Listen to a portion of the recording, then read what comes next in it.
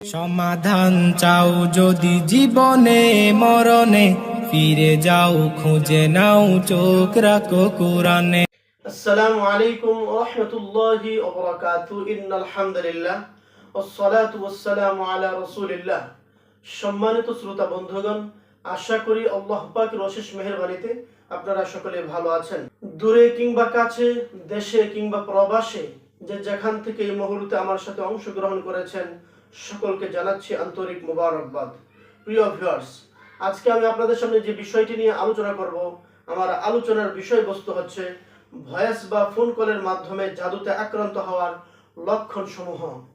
আমি ইতিপূর্বে বলেছি, জাদু অনেকভাবে করা হয়ে থাকে, জাদুর অনেক প্রকার ভেদ রয়েছে। তো আজকে আমি আপনাদের সামনে নিয়ে এসেছি ভয়েস বা ফোন কলের মাধ্যমে জাদুতে আক্রান্ত হওয়ার লক্ষণ সমূহ। একজন মানুষ যখন ভয়েস বা ফোন কলের মাধ্যমে জাদুতে আক্রান্ত হবে, তখন তার কি ধরনের সমস্যা হবে, এই সমস্ত বিষয় নিয়ে আমি আপনাদের মাঝে আলোচনা করব। ভয়েস বা ফোন কলের মাধ্যমে জাদুতে আক্রান্ত হওয়ার সর্বমোট আমি 8টি লক্ষণ খুঁজে পেয়েছি। এই পর্যায়ে আমি ভয়েস বা ফোন কলের মাধ্যমে জাদুতে আক্রান্ত হওয়ার সেই সমস্ত 8টি লক্ষণ আপনাদের মাঝে তুলে ধরার চেষ্টা করবো ইনশাআল্লাহ। ভয়েস বা ফোন কলের মাধ্যমে জাদুতে আক্রান্ত হওয়ার 1 নম্বর লক্ষণ হচ্ছে ভয়ঙ্কর স্বপ্ন দেখা। রোগীকে যখন ভয়েস বা ফোন কলের মাধ্যমে জাদু করা হবে, তখন দেখা যাবে রোগী প্রায় সময় ভয়ঙ্কর স্বপ্ন দেখে থাকবে। 2 নম্বর লক্ষণ হচ্ছে সে স্বপ্নে অনেক সময় দেখবে একজন আহ্বানকারী তাকে ডাকছে। স্বপ্নের মাঝে সে কোনো আহ্বানকারী ডাক সে শুনতে পাবে, যে তাকে ডাকছে। ওই সমস্ত ডাক রোগীর কানে ঘুমের মাঝে স্বপ্নে সে শুনতে পাবে। যখন ঘুমের মধ্যে কারো ডাক রোগী এভাবে শুনতে পায়, তখন আপনি ধরে নিতে পারেন ওই ব্যক্তিকে ভয়েস বা ফোন কলের মাধ্যমে জাদুতে আক্রান্ত করা হয়েছে। 3 নম্বর লক্ষণ হচ্ছে সে জেগে থাকা অবস্থায় অনেক সময় শুনতে পায় তাকে সম্বোধন করে কেউ ডাকছে, এমন কণ্ঠস্বরের আওয়াজ সে শুনতে পায় এবং কাউকে দেখতে পায় না। যখন সে শুনতে পায় যে তাকে সম্বোধন করে কেউ ডাকছে বা তাকে সম্বোধন করে কেউ কোনো কিছু বলছে। 4 নম্বর লক্ষণ হচ্ছে প্রচুর পরিমাণে তার মাঝে আবেগ কাজ করবে। প্রিয়জন সম্পর্কে প্রচুর সন্দেহ তার মাঝে বিরাজ করবে। দেখা যায় কাছের মানুষ, পরিবারের অন্যান্য সদস্য যারা আছেন, তাদের ব্যাপারে তার কাছে অনেক সন্দেহ জাগ্রত হবে। মনে হবে তার পরিবারের সদস্য যারা আছেন, কাছের মানুষ যারা আছেন, তার কাছে মনে হবে তারাই তার কোনো ক্ষতি করছে, তার অনেক কিছু তাকে ক্ষতি করার জন্য চেষ্টা করছে।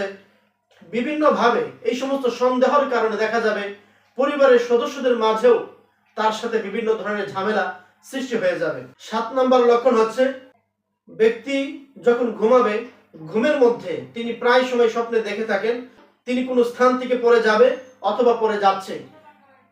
কোনো স্থান থেকে পড়ে যাওয়া বা পড়ে যাচ্ছে, এ জাতীয় স্বপ্নের দৃশ্যগুলো তার ঘুমের মাঝে প্রায় সময় এসে থাকে, তার সাথে এ জাতীয় ঘটনা প্রায় সময় ঘটে থাকে।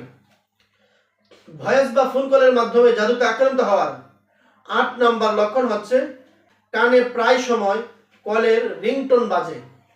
যে ব্যক্তিকে ভয়েস বা ফোন কলের মাধ্যমে জাদু করা হবে, আমি অনেক রোগীদের ক্ষেত্রে দেখেছি, ওই সমস্ত রোগীগুলা বলে যে আমার কানে প্রায় সময় রিংটোনের মতো আওয়াজ আসে, মনে হয় যেন কেউ কল দিয়েছে। মোবাইলে কল আসলে যেমন রিংটোন বাজে, ঠিক ওই ব্যক্তির কানে এরকম রিংটোনের আওয়াজ সে শুনতে পায়। ভয়েস বা ফোন কলের মাধ্যমেও যে জাদুতে আক্রান্ত হওয়ার সম্ভাবনা রয়েছে, এই ব্যাপারে কিন্তু আমাদের অনেকেরই অজানা।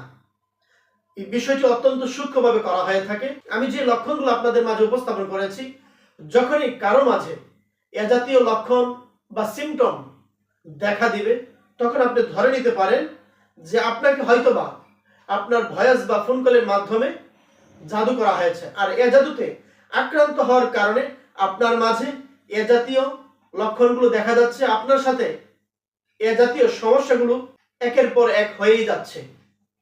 সুতরাং এতক্ষণ আমি আপনাদের মাঝে ভয়েস বা ফোন কলের মাধ্যমে জাদুতে আক্রান্ত হওয়ার সর্বমোট যে 8টি লক্ষণ উপস্থাপন করেছি, আমি আশা করি আমার এই সংক্ষিপ্ত সময়ের আলোচনার মাধ্যমে ইতিমধ্যে আপনারা বুঝতে পেরেছেন ভয়েস বা ফোন কলের মাধ্যমে জাদুতে আক্রান্ত হলে একজন ব্যক্তির মাঝে কি ধরনের লক্ষণ দেখা দিতে পারে। আল্লাহ তাআলা আপনাদের সকলকে ভালো রাখুক, সুস্থ রাখুক। এই প্রত্যাশা ব্যক্ত করে আজকের মতো এখানেই বিদায় নিচ্ছি। আল্লাহ হাফেজ।